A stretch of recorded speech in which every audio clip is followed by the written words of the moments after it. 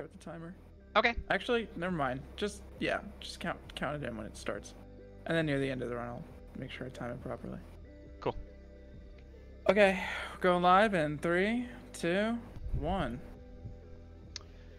Hello, everyone. Thank you to everyone who stuck around from Disneyland Adventures. This is a very different game, and a game I am is probably a more exciting speedrun. This is Bugsnax. I am joined by the wonderful world record holder for Bugsnax on PC Audio. Yo, greetings from Norway.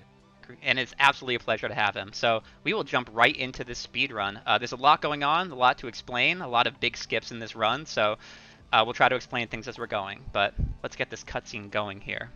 Audio, do you want to explain the story, just like a brief overview of where we're at and what's happening? Yeah, sure. We start off as a journalist. We get to crash land into this island, and yeah, the adventure just starts from there. Yeah, we heard about this mysterious island where these creatures called Bugsnax roam. Bugsnax are half snack, half animal, and in fact, they have some pretty weird properties when consumed, so you'll see some of that later in the run, which is pretty exciting. I don't want to spoil too much of the story, but you will see a little bit of spoilers just tangentially. So that's our first Bugsnax encounter, and that also leads to the first bit of gameplay here. So immediately, I'm going to jump out of bounds here. This is a tutorial section. Yeah. Move your mouse to see, to look around. Yeah, luckily I know how to move my mouse, so I'm going to skip a lot of it. The whole reason I jumped on that invisible wall was so that I could skip a trigger down here. In fact, you can see there's Philbo over there. He has a whole tutorial section he wants me to do, but I'm going to skip by it. There's a bush blocking my progression, but that bush doesn't stand a chance to my parkour. That's like 2 minutes of cutscene skipped right there. Yep. Hey, did time start? Yeah, time started. I'm so sorry, I forgot to tell you. It's all good. Thanks, appreciate it, Ryan. Yep. That brings us into the second section of the game. This is the first area of the game where we're actually going to be catching Bugsnax, and in fact, the only section of the game, because this game is so broken, which I absolutely love. The developers are kind of supportive of it. Yo, there's Bunger. Let's go. We love to see a good Bunger.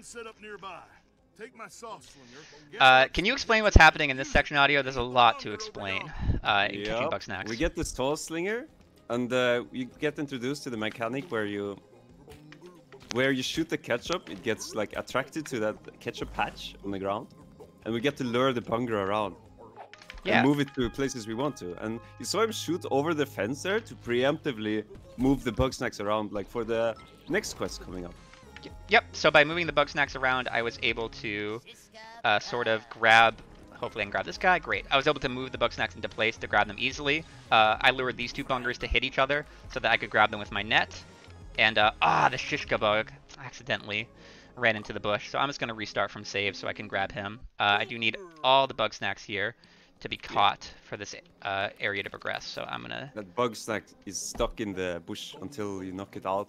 And because the Bunger is like stuck to the tree because of the placement with it, we can't really use that Bunger. Yeah, the speedrun strat does essentially softlock the game if you mess it up, but you can save that by like reloading from save. So not a huge deal. So first I have to feed this guy a Frieder, and this is actually where you see the weird property of Bugsnax, which is if you feed them to people, their limbs become Bugsnax. It's a little unsettling, but that is kind of the whole premise of the game, is that it's all a little bit unsettling and a little goofy. So it's part of the reason I like it so much. It's a really interesting tone. It's by the developers that made Octodad, so it's got a lot going on with it under the surface. So I hope you enjoyed your Bugsnax catching, because you will not see much more of it in this run. What I'm going to do now is I'm going to meet another character named Beffica. Preemptively, I'm going to grab her journal, which is going to be important just to like progress the dialogue so I can move to the next section. This is one of the only sections that we can't immediately skip into. You'll see that later. We're going to do a lot of huge skips. I have to open the journal and do a little tutorial section here. You'll see me skipping through the journal pretty quickly. The reason I'm able to do that is because I bound the skip button to both mouse wheel up and mouse wheel down. So I'm absolutely... Oh, I gotta talk to Beffica one more time. Great. So that's how I'm going to zoom through the dialogue. It's one of the main reasons the PC run is faster than the console run right now. It's just because we have access to the scroll wheel for skipping dialogue very optimally. And that's going to bring us into the hub world for the game, Snaxburg. Which An absolutely lovely place to live. So the reason we're coming to this island is to explore the Bugsnax and to also explore the people, the Grumpuses, as they're called, their species, like Filbo and Beffica, who came to colonize this unknown island. You're a Grumpus as well, man. I am a Grumpus, that's true. Everyone is Grumpus. It doesn't seem like humans exist in this Grumpus. universe. It's Grumpus all the way down. Yeah. So, Grumpus society. it is. It really is. You can get a kind of close-up view of Wambus and his Bugsnax limbs here, which is pretty fun. I have to wait for Filbo to do an interview with him because, again, I am a journalist. Normally, you would meet several different characters and do several different interviews over the course of the game, but lucky for you and for me, we're going to skip a lot of that. And then I'm going to pick very specific dialogue options, hopefully, so that I can... Oh, I picked an extra dialogue option there. Oh, come on. Come on. Okay, there we go. Now that we're through that... A bit more about Filbo there. You did. You did. So, now we're going to skip into this next section here. So this is the first of the many big skips. Normally, the hub world, they have this bridge up because they don't want you to skip to this section until you meet other characters. But with some clever roof parkour and then a clever corner jump here, if I can just get it here. Try this again. Oh, one more time. Perfect. Nice. Yeah, that's really hard, like, to learn as well. Yeah, so that skips a good fourth of the game right there, of traversing through several worlds and doing several quests.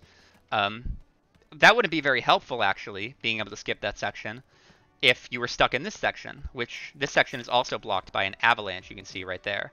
But luckily for us, we can also skip the avalanche and skip another fourth of the game. So I just need to do a clever little jump on this mountain, and then jump over to this mountain here, and fall down into the trigger to move into the next area of the game. There's another fourth skipped. Yup, that's like half of the game right there.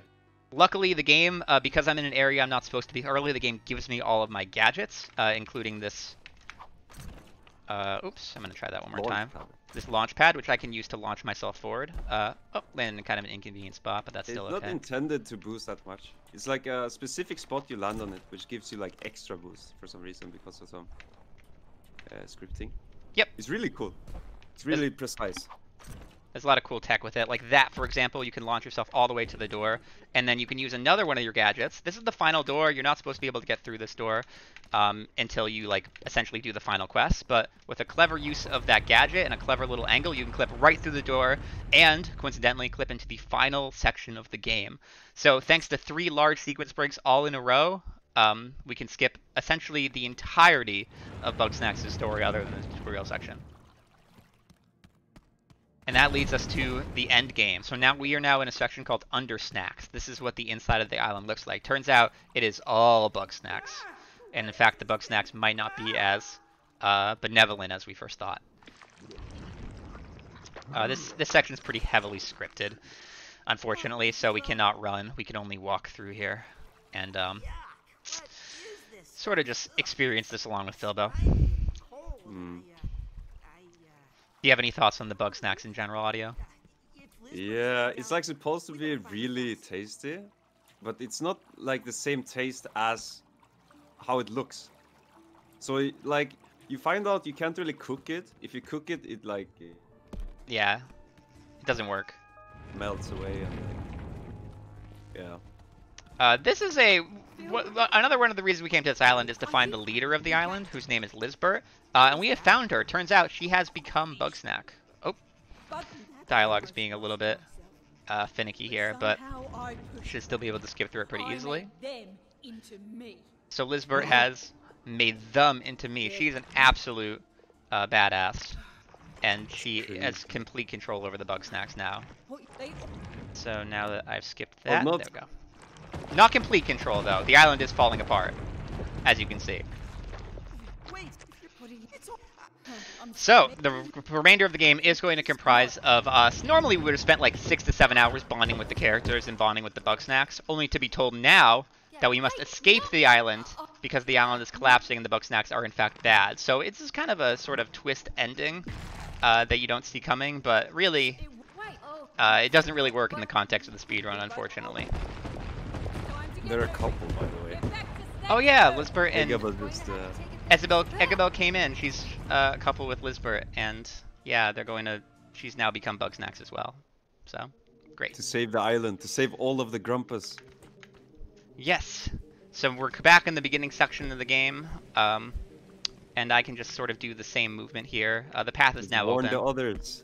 And I've got to warn the others that the Bugsnax are coming to kill us. Run. This is one of my favorite skips in the game. It only saves like a second, but with some clever tree parkour, if I can get it. Yep, perfect. I can skip a little section here. Oh yeah, you love to see it.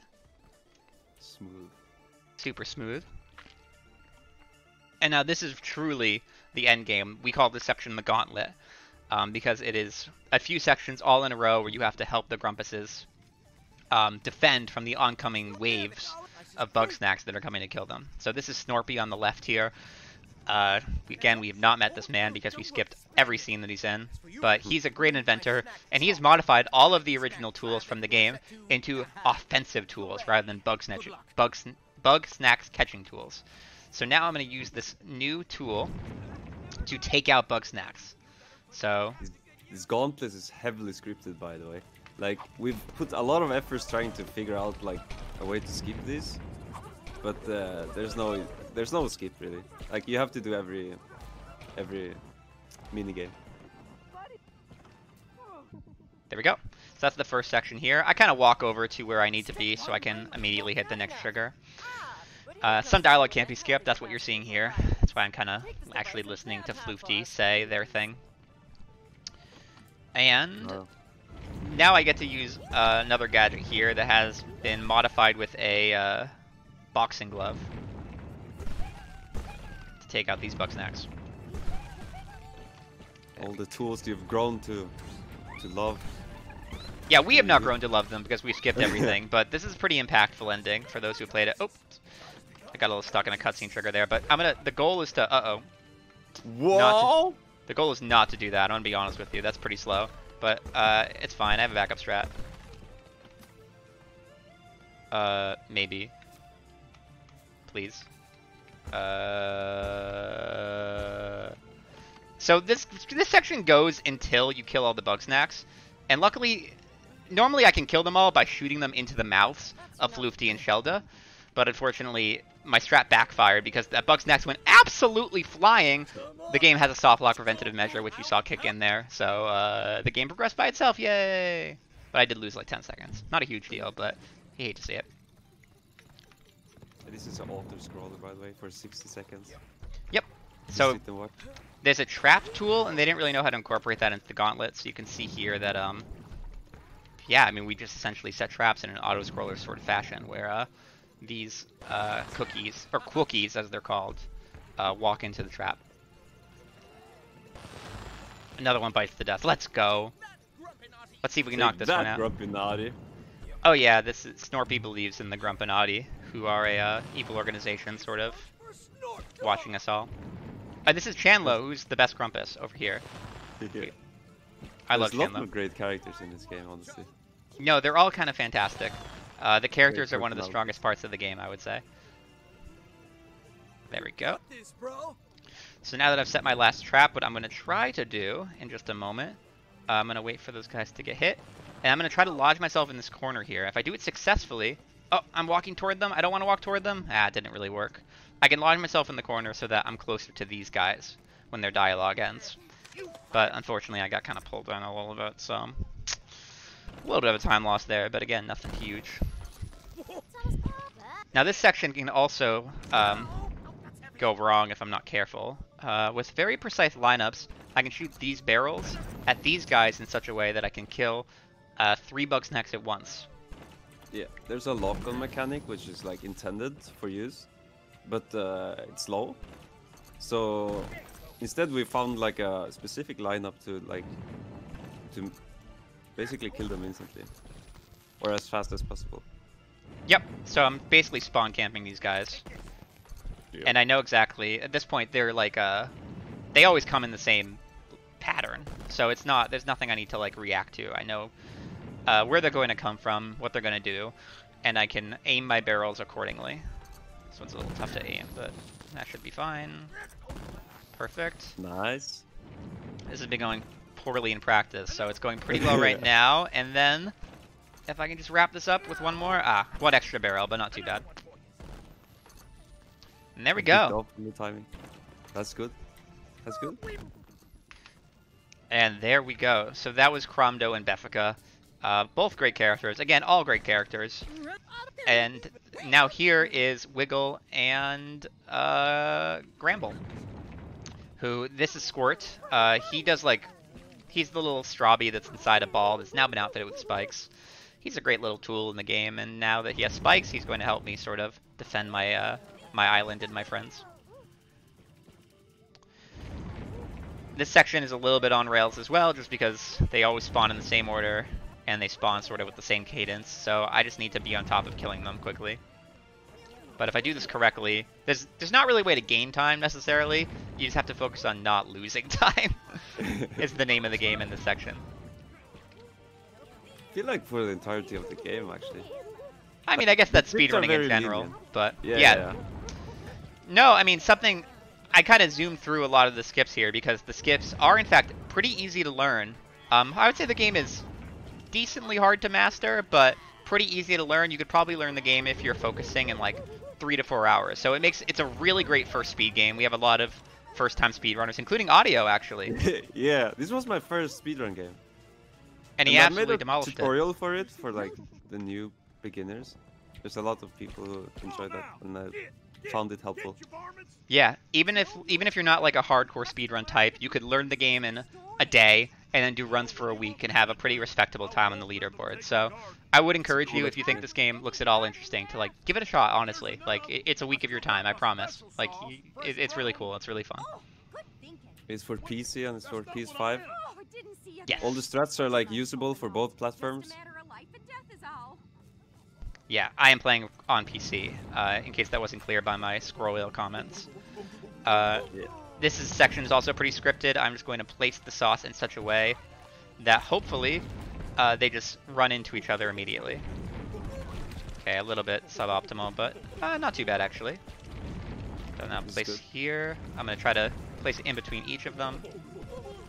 And then, once again, in between each of them. Oh, that was beautiful. Nice. There we go. That was the gauntlet section. And that's the end of Gauntlet. So now I just need to run to the end. Jump over this hill here, and then I can finally board the ship. But oh no! A mama melon! What am I gonna do? We're screwed, guys. We can't beat this dude. He's too big. Or she's too big. Oh no! A Mossa Supreme as well. What are we gonna do? Thank God. But... Thanks, Liz. Egg. Liz and Egg have come to our rescue.